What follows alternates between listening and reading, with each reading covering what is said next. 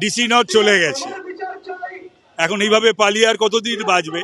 তবে এটা ঘটনা যে বাংলার মানুষ বিনীত গোয়েল, অভিষেক গুপ্ত, ইন্দিরা মুখার্জিদের এদের বাংলায় যেখানে যাবে ওদের এই ঘটনা কিন্তু তাড়া করে বেড়াবে, যেখানেই যাবে। আমাদের সঙ্গে একেবারে সরাসরি তাপস দা আছে। তাপস দা কি বলবে?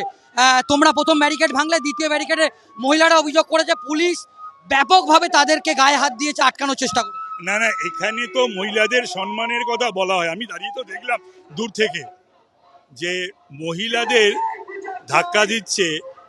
মহিলা পুলিশ থাকা উচিত ছিল, রাখা উচিত ছিল। ডিসি নর্থ চলে গেছে। এখন এইভাবে পালিয়ে আর কতদিন বাঁচবে?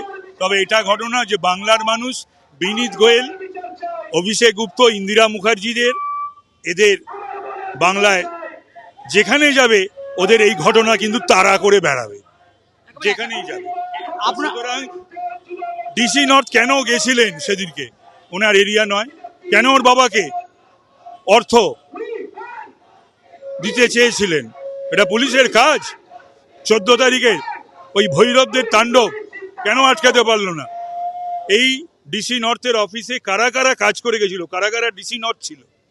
আজকে ভাবলে অবাক হতে হয় যে এই কলকাতা পুলিশের সিপি আর এইসব কলকাতা পুলিশের এইসব ডিসিরা, এরা অন্তত এদের প্রিডিসেসরদের কথা যদি একবার ভাবে যে কারা এই সিপির চেয়ারে বসে গেছেন বা ডিসিদের চেয়ারে বসে গেছেন, তাহলেও তারা লজ্জা পাবেন।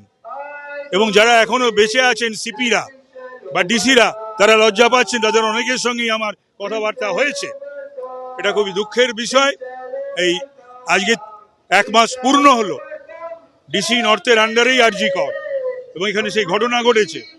এবং সেখানে এই অভিষেক গুপ্তারা ডিসি নর্থ এছাড়াও যে আইপিএস এবং নন আইপিএসরা যেমন ওসি টালা, এরা যে যুক্ত এই সাপ্রেস করার জন্যে, সাক্ষ্য প্রমাণ লোপাটে, ওই তাণ্ডব করানোর জন্যে, এবং তাড়াতাড়ি পোস্টমর্টেম করা, তাড়াতাড়ি সব দাহ করে দেওয়া, এসব পেছনে যারা ছিলেন তাদের সকলকেই সিবিআই এর তদন্তের আওতার মধ্যে আনতে হবে।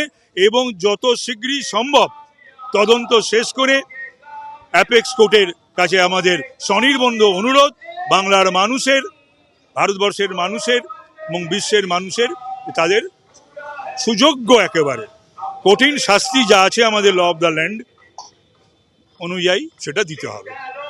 একেবারে তাপস রায় একেবারে সরাসরি আজ তাক বাংলার মুখোমুখি ছিলেন, একদম স্পষ্ট করলেন কেন ডিসি নর্থ সেদিনকে আরজিকর হাসপাতালে গিয়েছেন। একেবারে সরাসরি তিনি প্রশ্ন তুললেন।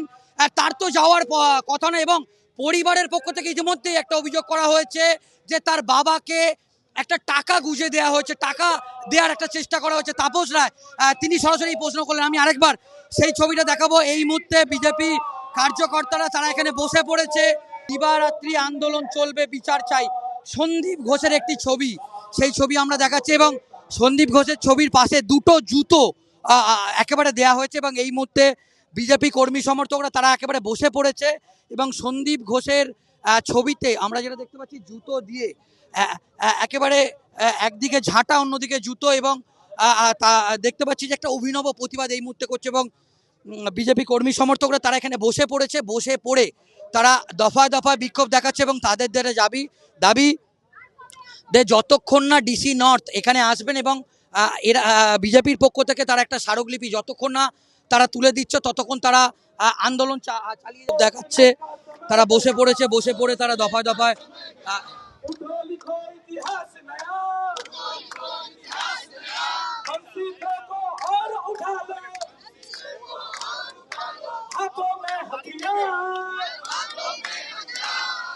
हो जाओ तैयार साथियों, हो जाओ तैयार, हो जाओ तैयार साथियों, हो जाओ तैयार। तूफानी गति रुके नहीं, शीश कटे पर झुके नहीं।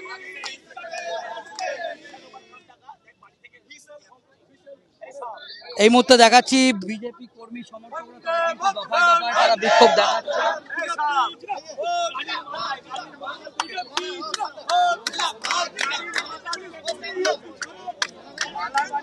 তারা এই মুহূর্তে বসে পড়েছে এবং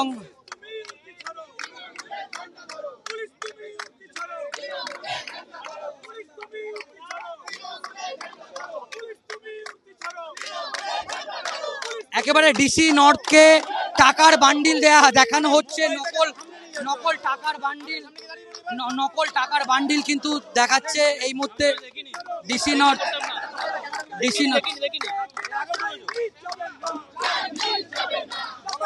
এই মুহূর্তে আমরা দেখতে পাচ্ছি যে ডিসি নর্থকে একটা প্রতীকী টাকার নোট তারা দেখাচ্ছে।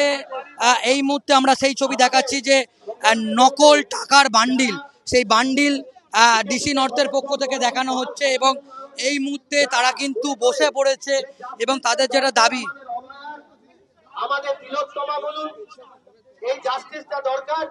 সকল পথ চলতি মানুষকে বলবো আমাদের সাথে হুইসেল ওভার কাম গানটাতে একসাথে সবাই মিলে হাততালি দিয়ে গলা মেলান এবং যে যার দলের রং হতে পারে, কিন্তু আমাদের এই লড়াই আমাদের সকল মনুষ্যত্বের লড়াই এটা।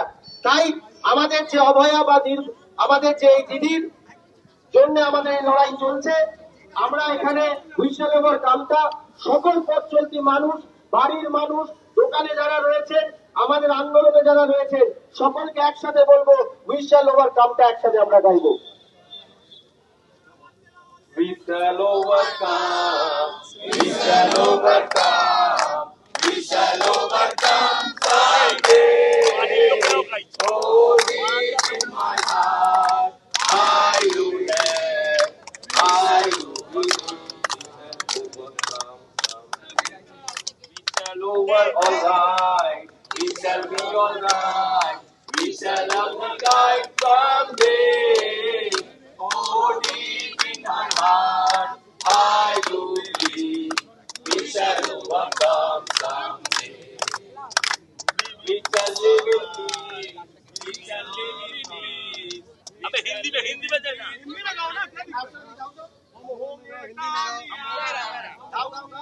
We shall overcome. এই মুহূর্তে আমরা দেখতে পাচ্ছি তারা দফায় দফায় বিক্ষোভ দেখাচ্ছে এবং তাদের যেটা বক্তব্য যে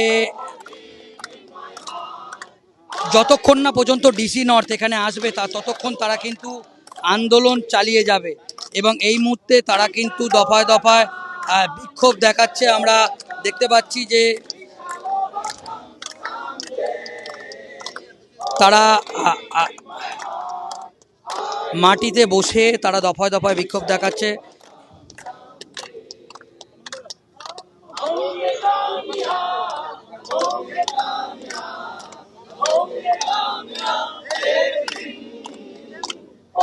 मन में है विश्वास।